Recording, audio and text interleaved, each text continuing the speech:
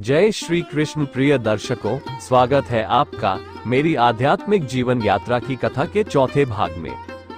मेरा यह अनुभव उस आध्यात्मिक जीवन यात्रा के बारे में है जो आत्मा की गहराइयों में उतरने के साथ साथ जीवन के सार को समझने की दिशा में की गई थी। जब जीवन के सांसारिक बंधनों से परे आत्मा की शांति की खोज में मैंने अपने भीतर की आवाज को सुना था और परम शांति की अवस्था में पहुंचकर आत्मदर्शन किया था, तब ऐसा लगा कि मेरा वास्तविक जन्म तो अभी हुआ है और पूर्ण पुरुष होने की अनुभूति हुई थी।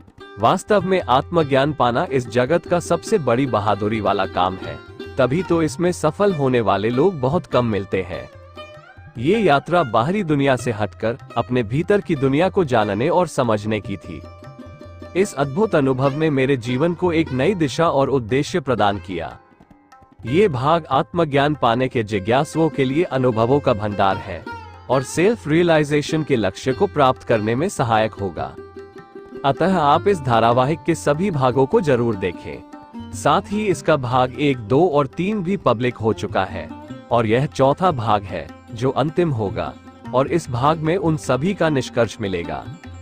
लेकिन इस भाग में मेरे जीवन में घटी घटनाओं का वर्णन नहीं होगा, तो आप इस भाग के साथ पिछले तीनों भागों को भी अवश्य देखें, सुने और समझें। दर्शकों, अभी तक के जीवन में घटी घटनाओं का सारांश ये पाया कि हमारे जीवन की बहुत सी मुख्य घटनाएं पहले से निर्धारित होती है और उसे नियति द्वारा संचालित किया जाता है। मैंने पहले के भागों में बताया है कि कैसे ईश्वर आपके जन्म से ही आपके लिए सारी व्यवस्थाओं का विधान करते हैं। आपको क्या बनना है यह नियति द्वारा निर्धारित होता है, लेकिन केवल मनुष्य ही है जो स्वयं को ढूंढकर और जानकर अपने जीवन की दिशा को मोड़ सकता है, और यह केवल भगवान की अनन्य भक्ति के सिवा किसी और माध्यम से असंभव है। इसलिए भगवान की भक्ति करते हुए स्वयं को जानना अति आवश्यक है। स्वयं को ढूंढने निकलेंगे तो ईश्वर का दर्शन हो जाएगा, और जब ईश्वर ही मिल गए तो कहना ही क्या है, सभी समस्याओं का समाधान हो जाएगा। स्वयं को खोजें या फिर उस ईश्वर को जिसने आपके जीवन में ये विधान रचा है। उससे पूछने की इच्छा प्रबल होनी चाहिए कि उसने हमें किस लिए बनाया है, आखिर वो हमसे क्या करवाना चाहता है। ऐसे विचार तभी आएंगे जब आप काफी व्यथित और दुखों के उबाल में उच्चतम गर्मी में उबल रहे हो। ऐसी स्थिति में अगर आपकी बुद्धि ईश्वर को छोड़कर किसी और तरफ गई तो रास्ता भटक जाएंगे। ईश्वर मुखी होने के सिवा कोई और रास्ता ही नहीं है। अगर दिखे भी तो वो अंधेरे की तरफ का है जहां भटकाव के सिवा कुछ नहीं है, और अगर कुछ विकार दिख रहा है तो बनाने वाले से ही पूछना उचित है। या फिर आप में थोड़ी सात्विकता है, अहंकार से शून्य तथा ईर्ष्या, द्वेष और कर्तापन से मुक्त की स्थिति में है, तो यह ऊपर बताए गए विचार आपके मन में सहज ही आ जाएंगे। आप कितना भी प्रैक्टिकल हो, ठीक से विचार करने पर एक सर्वसमर्थ सत्ता के अस्तित्व से इनकार नहीं कर सकते, और जब उसके खोज में आप निकलेंगे तथा उसमें सफलता प्राप्त कर लेंगे तो आपको शास्त्रों की बातों तथा जिन लोगों ने उस परमात्मा का साक्षात्कार किया है उन महात्माओं के अनुभवों की बातों पर विश्वास हो जाएगा, क्योंकि जिसने भी उसे जाना है, एक ही रूप में जाना है, उनके वर्णन का तरीका और भाषा अलग अलग हो सकता है। इस तरह ईश्वर से यह प्रार्थना करें कि वो अपने स्वरूप का दर्शन आपको करा दे या आपके जीवन का उद्देश्य आपको बता दे, और इसके लिए एक बच्चे जैसा विनम्रता से जिद और प्रार्थना करें।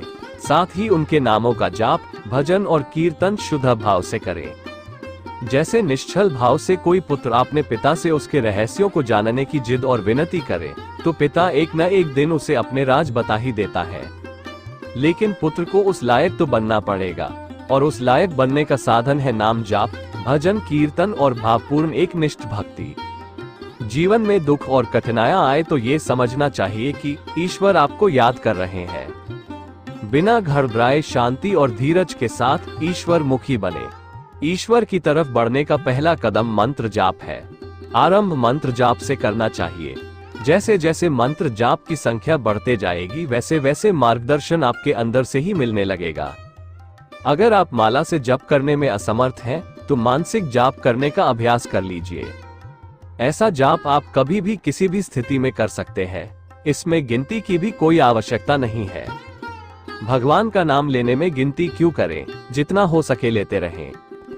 सांसारिक कामों से जैसे समय मिले आपकी जिह्वा और मन जाप में लग जाना चाहिए। एक क्षण भी व्यर्थ नहीं जाना चाहिए। कभी कभी उत्साह से जोर जोर से भी जाप करें। इसके साथ ही भगवान से एक रिश्ता स्थापित कर लेना चाहिए। वैसे भगवान तो आपके लिए कुछ भी बनने के लिए तैयार रहते हैं। आप अपनी मनोवृत्ति के अनुसार उनके साथ रिश्ता बना सकते हैं। एक से जो रिश्ता बनाएंगे उसके अनुसार बाकी सभी से आपके रिश्ते बनेंगे और उस रिश्ते में जीवन को जीना चाहिए। मैंने तो भगवान शिव को अपना जन्मदाता पिता माना, तो इस तरह माता पार्वती हो गई। गणेश जी, कार्तिकेय जी और नंदी महाराज तथा सभी शिवगण भाई हो गए। इसके अनुसार भगवान नारायण और माता लक्ष्मी बड़े पापा और बड़ी माँ हो गई।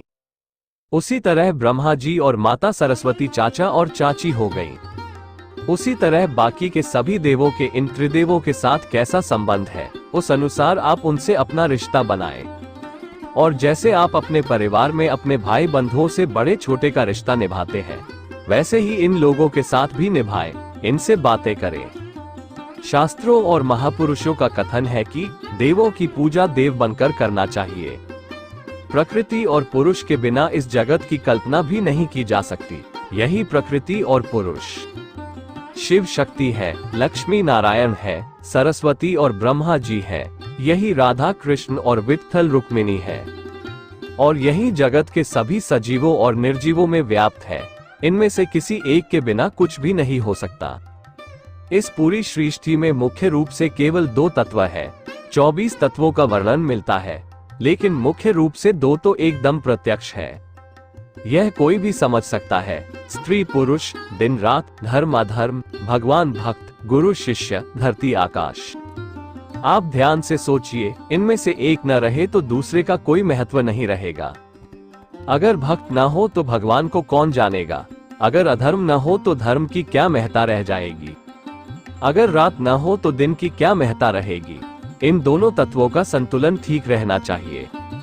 इसी संतुलन को ठीक करने के लिए भगवान और उनके भक्तों का अवतरण होता है। हाँ, तो मैं ये कहना चाहता था कि प्रकृति और पुरुष यानी कि शक्ति और शिव दोनों की भक्ति होनी चाहिए। साथ ही भगवान गणेश की कृपा भी होनी चाहिए। गणपति, दुर्गा शक्ति, महादेव, सूर्यदेव, हनुमान जी, भगवान कृष्ण और देहधारी समर्थ सद्गुरु ही आत्मज्ञान कराने में समर्थ है। सभी देवों के अनुकूल और प्रसन्न होने पर ही आत्मज्ञान होता है, लेकिन भगवान गणपति का महाप्रसाद बुद्धि की अत्यधिक शुद्धि होने पर ही आपकी विचारधारा सही दिशा में काम करेगी। इनमें शिव तत्व पहले जागृत होना चाहिए। प्रकृति आपके कुंडली में विराजमान है, जो सभी ज्ञान विज्ञान को अपने अंदर संभाले हुए है। लेकिन जब ये जागती है तो फुफकार मारती हुई ऊपर की तरफ बढ़ती है। उनके इस रूप को कोई भी नहीं संभाल सकता शिवाय शिव के। ध्यान की शुरुआत भृकुटी से करना चाहिए। ध्यान के साथ प्राणायाम भी आवश्यक है। प्राणायाम कई प्रकार के होते हैं, सबका अपना अलग अलग महत्व है, लेकिन बेसिक पूरक और रेचक प्राणायाम से शुरुआत करना चाहिए। श्वासों को अंदर ले जितना देर रोक सके रोकें, फिर धीरे धीरे बाहर छोड़ दें। प्राणायाम करते समय गायत्री मंत्र का उच्चारण अति लाभदायक होता है। श्वास अंदर लेकर गायत्री मंत्र का उच्चारण करें, फिर धीरे धीरे छोड़ें। ये करते समय ये भावना होनी चाहिए कि मैं ब्रह्मांड से प्राण ऊर्जा ले रहा हूँ, और छोड़ते समय ये भावना रखें कि मेरे सारे विकार निकल रहे हैं और अब मैं शुद्ध हो रहा हूँ। कुछ दिनों के अभ्यास के बाद आप श्वास को बाहर रोकें। बिना श्वास के 1 मिनट भी रुकना कठिन होगा, लेकिन धीरे धीरे इस अवधि को बढ़ाएं, ये काफी लाभदायक होगा। प्राणायाम का विज्ञान बहुत बड़ा है, लेकिन आप इतना भी साध लिए तो आपका काम बनने लगेगा। माता गायत्री आदि शक्ति है, आपके कुंडलिनी में भी वही है, तो गायत्री मंत्र का जाप करते रहें। केवल गायत्री मंत्र ही है जो साक्षात सदेह सद्गुरु के बिना भी आत्म साक्षात्कार कराने में समर्थ है। माता गायत्री के इसी गुण के कारण ऋषियों ने उन्हें किलित कर दिया। माता ममतामयी है और जल्द ही अपने बच्चों पर प्रसन्न हो जाती है। इनके इसी गुण के कारण बहुत से लोग आसानी से आत्मज्ञान पाने लगे। इनको विश्वामित्र और वशिष्ठ के श्राप से मुक्त करना होता है। शास्त्रों में इनके श्राप से मुक्ति का जो मंत्र है, उसका अर्थ है कि माता से प्रार्थना है कि वो इनके श्राप से मुक्त हो जाए। ऐसे में अगर आप उन ऋषि विश्वामित्र, मुनि वशिष्ठ, भगवान शिव, भगवान हनुमान या आप अपने गुरु का स्मरण कर गायत्री मंत्र का जाप करेंगे तो सफलता मिलेगी। अगर आपके कोई गुरु नहीं है तो बताए गए देवों का स्मरण कर ले। गायत्री मंत्र का कभी उल्टा परिणाम नहीं होता, केवल इनका जाप सच्चे मन से श्रद्धा और भक्ति के साथ करना चाहिए और उद्देश्य पवित्र होना चाहिए। माता गायत्री का तांत्रिक प्रयोग बहुत खतरनाक होता है। इसमें जान भी जा सकती है, उन्माद या पागलपन भी हो सकता है, अतः इसका तांत्रिक प्रयोग भूलकर भी न करें। साथ ही आप कल्पना करना सीखिए या कीजिए, और जब कल्पना ही करना है तो अच्छी कल्पना क्यों न करें। और अच्छा से अच्छा कल्पना होगा भगवान के पास जाना, उनसे बातें करना, उनकी बातें सुनना, आप जिसे भी मानते हो या जैसा कि पहले बताया हो उस रिश्ते के अनुसार बरतना। इसमें पहले कुछ अटपटा लगेगा, कुछ अशिष्ट बर्ताव भी होगा आपके इष्ट के प्रति, लेकिन उससे घबराना नहीं, बातचीत जारी रखना होगा। धीरे धीरे अच्छे भाव आने लगेंगे और सब ठीक होगा। इन सब साधनाओं के परिपक्व होने के बाद आपका चिंतन होने लगेगा। चिंतन में सब तरह की बातें होंगी, अच्छी से अच्छी बातें और विचार आएंगे तथा बुरी से बुरी बातें और विचार आएंगे। आप बस उन विचारों को देखना है, उनका साक्षी बनना है। ध्यान में चिंतन के बाद आप शांत होने लगेंगे। उस शांति की स्थिति को जितना बढ़ाते जाएंगे उतना ही ईश्वर के करीब पहुंचते जाएंगे। और एक दिन ऐसा भी आएगा जब भगवान अपने स्वरूप का दर्शन आपके अंदर ही करा देंगे, कुंडलानी भी जागृत हो जाएगी और आप एक पूर्ण पुरुष बन जाएंगे। और एक दिलचस्प बात यह है कि ये सब नौजवानी के दिनों में ही संभव है। उम्र के साथ सब कुछ कमजोर होते जाता है और इस अनुभव के लिए आप में भाव, प्यार, साहस, जुनून, इच्छा शक्ति सब अपने चरम सीमा की होनी चाहिए। यह अनुभव अधिकतर लोगों को किशोरावस्था से प्रौढ़ावस्था के बीच में ही हुआ है। इस अनुभव के बाद लोगों की अलग अलग स्थिति हो जाती है। कोई उदासीन रहने लगता है तो कोई भोगी हो जाता है, कोई पागलों जैसी स्थिति में आ जाता है तो कोई शरीर संबंधी क्रियाओं को ही भूल जाता है। लेकिन एक बार जिसने ईश्वर दर्शन कर लिया वो उसके लिए कोई कर्तव्य कर्म नहीं रह जाता और उसकी शक्ति और दर्शन की स्मृति कभी नहीं मिटती है और वो उसी स्मृति में मगन रहने लगता है। भगवान के दर्शन और आनंद की स्थिति किसी को भी बहुत ज्यादा दिनों तक नहीं रह सकती। उस समय व्यक्ति की ऐसी स्थिति होती है कि वो इस जगत में रहने लायक नहीं होता, लेकिन कई कारणों से रुकना पड़ता है। लेकिन स्थिति ऐसी होती है कि अगर वो चाहे तो तुरंत ही शरीर का त्याग कर सकता है। राधा साक्षात भक्ति थी। भक्ति माता ने ही राधा के रूप में अवतरण लिया था और जितनी भी गोपियां थी सभी महान ऋषि मुनि थे जो भगवान कृष्ण का भक्ति और प्यार पाने के लिए अवतरित हुए थे। सभी गोपियां राधा का ही अनुसरण करती थी। इन सबका कभी शारीरिक मिलन नहीं हुआ, लेकिन सबको आत्मिक मिलन कराए थे कृष्ण ने। भगवान कृष्ण से बिछड़ने के बाद ये सभी भगवान श्री कृष्ण को मन में बसाकर अपने गृहस्थ जीवन का पालन करते हुए पूरा जीवन व्यतीत किए। यही एक आत्मज्ञानी भक्त के साथ भी होता है। भले ही आपको लगता है कि वो आनंद जो पहले मिला था अब नहीं मिल रहा है, लेकिन भगवान का अभाव कभी भी नहीं है। इसीलिए राधा और गोपियों को वृंदावन के कण कण में कृष्ण के दर्शन होते रहते थे। प्रिय दर्शकों, इसके साथ ही इस अनुभव का ये धारावाहिक समाप्त करता हूँ। इस चौथे भाग में बाकी के सभी भागों का सारांश बता दिया गया है। वैसे इस विषय में बताने के लिए बहुत कुछ बाकी रह गया है जो आपके द्वारा पूछे जाने पर आपको मिलते रहेगा। इसके अतिरिक्त अगर आप लोगों का कुछ प्रश्न होगा तो आप कमेंट कर बताते जाए, उसका उत्तर मिलते रहेगा। इसी चैनल पर श्रीमद् भगवद गीता के सभी श्लोकों का सरल हिंदी भावार्थ वाला वीडियोस आता है जो गीता ज्ञान नाम के प्लेलिस्ट में है। आप उसे देख सकते हैं, उसमें भी आपके कई प्रश्नों के उत्तर मिलेंगे।